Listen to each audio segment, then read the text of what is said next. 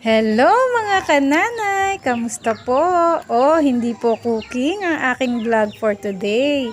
I-flex ko lang po yung ginawa kong crochet bag mga kananay. Ito nga po, Bali, meron nga po pala siyang packet sa loob mga kananay. Dalawa po. Yung sa gitna po, pwede paglagyan ng mga cellphone.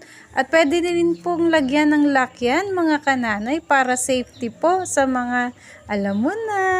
At malaki nga po yung bag na yan mga kananay. Kasyang-kasya po dyan ng iPad mga kananay. At itong bag na to mga kananay, alam nyo po, makakarating to ng Amerika pa. Shout out nga po pala kay Ma'am Petronila Bulacan. Siya po ang nagpagawa niyan. Ginawan ko rin po siya ng hat mga kananay. Bali, previous ko na po yan sa kanya mga kananay kasi meron po siyang dalang mga yarn para panggawa po sa kanyang hat. Pwede nyo rin pong bisitahin ang aking Mikabel Crocheting mga kananay. Paki-like na rin po at paki-follow na rin po mga kananay. Maraming salamat po. Hanggang dito na lang po. God bless!